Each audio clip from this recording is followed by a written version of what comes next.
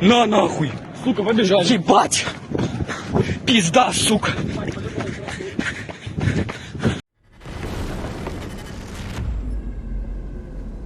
Блять, льют фосфором, блять. Russia has begun using incendiary munitions on its own city of Shebekino in Belgorod region.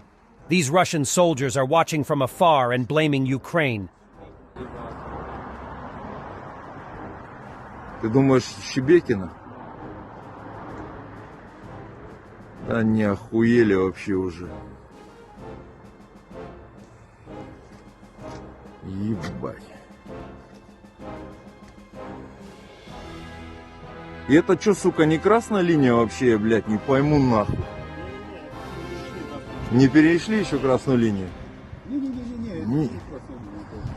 Это драйверы, это бандиты, мы не можем, это не ВСУшники. Не то ж просто бандиты зашли нахуй. Мы не можем из этих бандитов судить всех.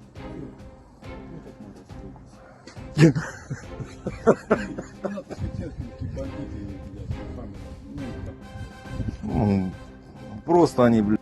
Ukraine attacked Jankoy in Crimea overnight. Multiple explosions were reported by locals.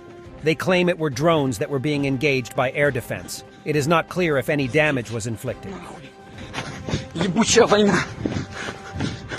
Я в рот ебал! In the Russian-occupied city of Shakhtarsk, Donetsk region, an armored personnel carrier of militants ran over and crushed the civilians' cars. 2 civilians died in place. Similar situations have periodically occurred in the occupied territories since 2014. Russian military and militants in a state of alcohol intoxication on armored vehicles often became the culprits of fatal road accidents.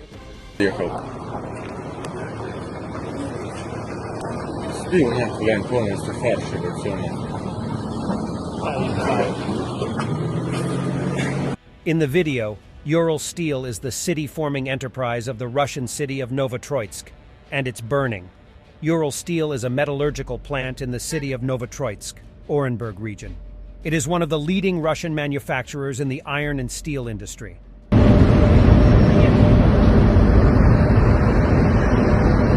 Russian Mobiks from Budyonovsk are given weapons and armor taken off their dead comrades during training in the so-called LPR. This forced them to record and appeal no other than directly to the President of the Russian Federation. But they don't mind continuing being in the hostilities otherwise. Обращение от военнослужащих мобилизованных, отправленных из города Буденновска 14.05.23 года. Ввиду неразглашения военной тайны обращаемся к главнокомандующему Российской Федерации. Произвол, который происходит в ЛНР на полигоне по месту прибытия, несоответствие должностям и званиям, штатки меняются, обмундирование выдано не соответствующие требованиям безопасности, бронежилеты имеют сильные повреждения и следы бывшего использования, максимальная изношенность, недостаток брони и кевлара, оружие восстановленное и переделанное, много оружия с следами ударов и искривления стволов. Изначально отправленные в резерв раздают боекомплекты, вещи заставляют оставлять, брать с собой трусы, носки и 2 литра воды. Не выдают на руки военные билеты, в которых отмечено оружие и штат прикомандированных. Нет документального подтверждения штата. Мы не отказываемся выполнять боевую задачу, но по факту нас нет. Просим вас отреагировать и урегулировать данную ситуацию в кратчайшие сроки.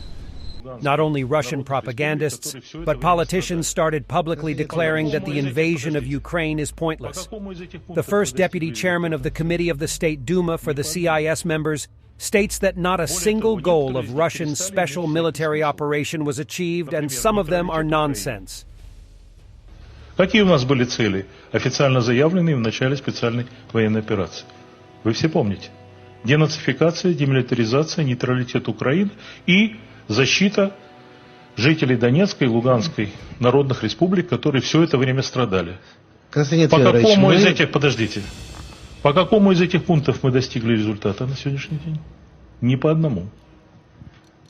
Более того, некоторые из них перестали иметь всякий смысл.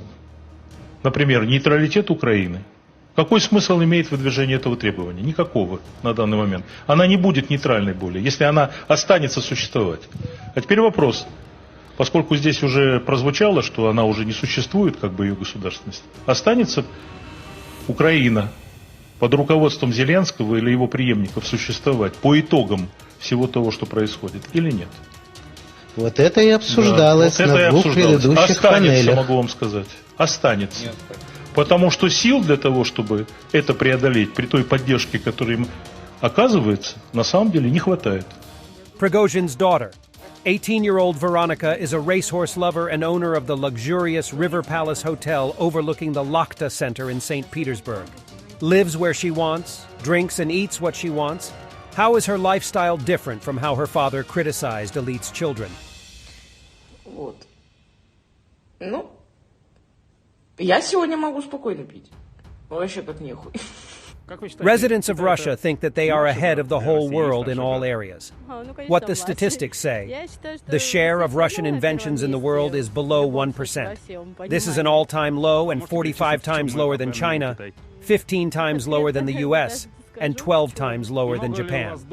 According to a research made by the Higher School of Economics, in 2022, Russians filed a total of 18,970 patent applications.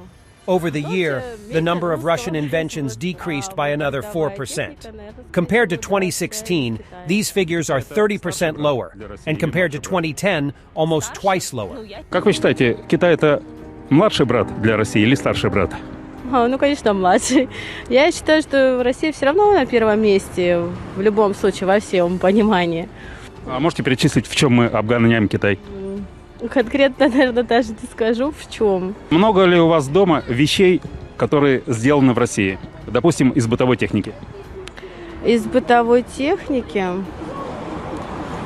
Даже и не помню. Ну, вообще, мебель русского производства. А вот бытовая техника, наверное, скорее всего, да, вся из Китая. И Китай это старший брат для России или младший брат? Старше? Ну, я считаю, что на данный момент старше Китай. Так как для меня Китай – это более развитая страна, чем Россия, и Китай непосредственно – это то государство, которое поставляет в Россию и в очень многие другие страны те вещи, которые мы, к сожалению, не поставляем и не производим, хотя я считаю, что могли бы. А ведь каких-то 23 года назад ВВП Китая и России были на равных местах. Потому что кто-то занимался развитием непосредственно своей страны, а кто-то, ну, грубо говоря, занимался развитием других стран. К сожалению, разрушением своей страны. We really believe in success. Zelensky said that Ukraine is ready for a counteroffensive. In an interview with the Wall Street Journal, the president noted that Ukraine would like to get some weapons, but we cannot wait for months. Я вважаю, що на сьогодні ми готові вже це робити. In February 2022, Russia likely planned to complete the capture of the whole of the Donbas region within 14 days.